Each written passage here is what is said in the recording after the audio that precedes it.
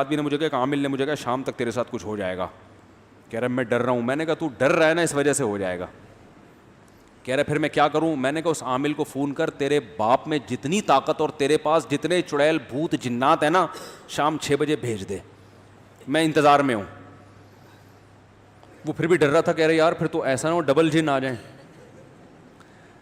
میں نے کہا میں آپ کو لکھ کے دے دوں شام 6 بجے آپ پہ جنات آئیں گے, اگر آپ نے اس عامل کو مضبوط لہجے میں دھمکی نہیں دی. اور میں نے کہا اتنا مضبوط لہجہ ہو کہ عامل سمجھ جائے کہ یہ ڈرامہ نہیں کر رہا. بعض دفعہ ڈر ڈر کے دھمکی دے رہا ہوتا ہے, بھائی اگر تو نے مجھے بھیج دیا نا تو دیکھ میں ڈرتا ورتا نہیں ہوں. اچھا یار قصوں سے قصے نکلتے ہیں. میں نے 10 سال پہلے یہاں آتے ہی جن چڑیل بھوت کے خلاف بیانات شروع کر دیا, عاملوں کے خلاف نا. وہ واقعہ میں تفصیل سے سنا چکا ہوں, دوبارہ نہیں سناؤں گا.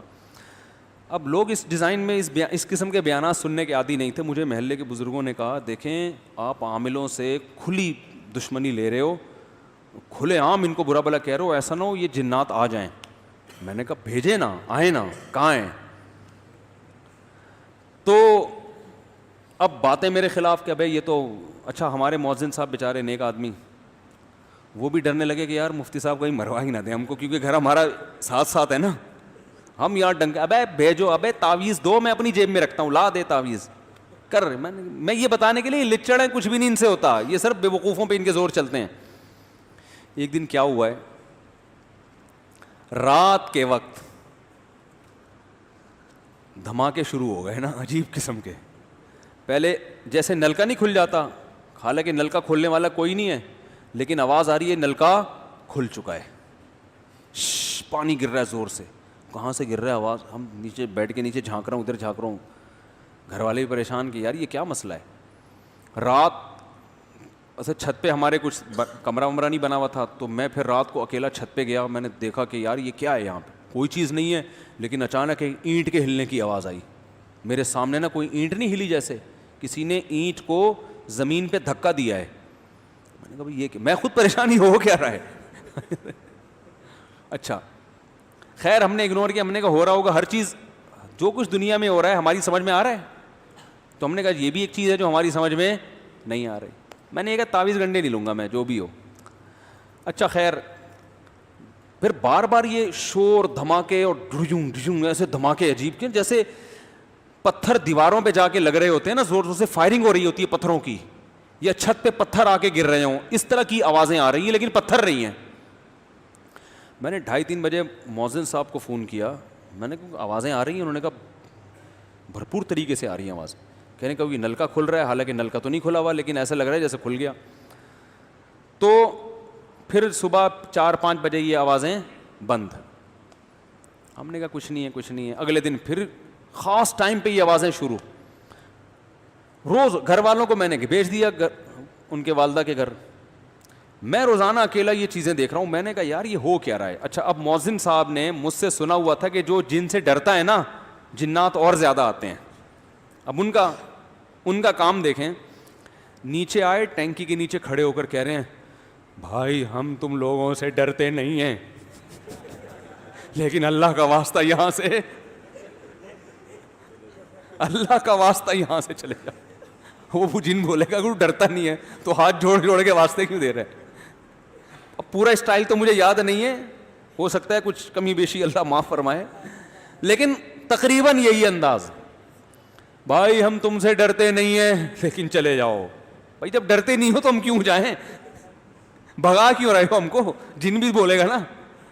اچھا مجھے نہیں بتا رہے مؤذن صاحب, مجھے تو پھر بعد میں پتا چلا مؤذن صاحب یہ کچھ کر رہے ہیں. میرے خلاف محلے میں باتیں شروع. یار انہوں نے اپنی فنٹر گیری میں نا مؤذن صاحب کو بھی مروا دیا. ان کے گھر میں بھی جنات آتا. ممبر پہ بیٹھ کے اتنی فنٹر گیری اچھی نہیں ہوتی یار, اپنے چکر میں ان کو بھی ایسا کر دیا. یار اب لوگ باتیں کر رہے ہیں, دیکھنا ہم اپنا نارمل لائف. 1 ہفتہ مسلسل یہ دھماکے ہوئے ہیں. میں نے کہا یار یہ اس کو دیکھنا چاہیے, کوئی شرارت کر رہا ہے, کیا کر رہا ہے. یہ میں نے ٹھان لی کہ اس کو میں ٹریس کروں گا یہ ہو کیا رہا ہے. کہا کہ آج میں دیکھتا ہوں جیسی پہلی آواز آئے گی فوراً وہاں جاؤں گا, یہ آواز آئی کہاں سے ہے اور پھر اس کے بعد کہاں سے آ رہی ہے. تو 2-3 دن سے میں ٹریس کر رہا تھا, پتہ نہیں چلا. ایک دن کیا ہوا کہ مجھے آواز جیسے ہی آئی نا, تو ہمارے گھر کے باہر دیوار میں جو ہے, یعنی مسجد کی طرف دیوار ہے وہ, اس میں مجھے اندازہ ہوا سب سے پہلی آواز گیزر سے شروع ہوئی ہے. کر کے آواز آئی, کہاں سے؟ گیزر.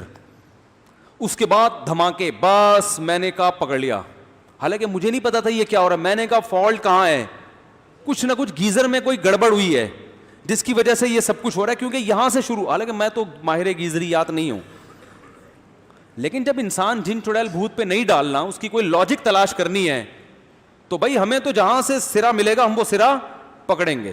میں نے کہا یار یہ گیزر سے جنات کا کوئی تعلق نہیں ہو سکتا, اور یہ دھماکوں کی ابتدا گیزر سے ہو رہی ہے, مسئلہ ہے. صبح مؤذن صاحب ملے, میں نے کہا مبارک ہو, میں نے الحمدللہ رات کو جن پکڑ لیا ہے, اور آج رات دوبارہ جن نہیں آئے گا, لیکن اس کی شرط یہ, اس نے کہا گیزر بند کر دینا. جن کو تکلیف ہو رہی ہے گیزر سے, اس کو گرمی زیادہ لگ رہی ہے, وہ ٹھنڈے ملکوں کا عادی ہے ٹھنڈک میں رہنے, گیزر کی وجہ سے وہ دھماکے کر رہے ہیں. میں نے کہا اچھا جی, گیزر بند کر دیا, کوئی دھماکہ نہیں ہوا. اب مجھے نہیں اس کی سائنٹیفک لاجک پتہ یہ کیوں, لیکن سرا کہاں سے مل رہا؟ گیزر سے. تو مجھے نہیں پتا یہ دھماکوں کا گیزر سے کیا تعلق. خیر میں نے مسجد کے صدر کو بلایا, میں نے کہا یار یہ, انہوں نے پھر چیک کیا, پتہ چلا گیزر میں ایئر نکلنے کا کوئی راستہ ہے ہی نہیں. گیزر کا پانی جب کھولتا ہے تو ایئر بننے کے بعد وہ پائپوں میں جا رہی ہے, اور وہ جا رہی ہے ٹینکی میں. ٹینکی میں بڑے بڑے پتھر ہیں, ٹینکی جو ہے نا وہ ایئر ٹائٹ ہے, اس میں ہوا نکلنے کا راستہ نہیں ہے, جس کی وجہ سے اندر ایئر بنتی ہے. اور وہ جو اینٹیں ٹینکی کے اندر, ٹینکی صاف ہوئے عرصہ ہو گیا تھا بہت, اس میں اینٹیں پڑی ہوئی تھی, اتنا پریشر گیس کا بن رہا تھا کہ ٹینکی کا ڈھکن اوپر اٹھ کے دھڑام سے نیچے آگے گرتا, اور اندر اینٹیں ہل ہل کے دیواروں پہ لگتی.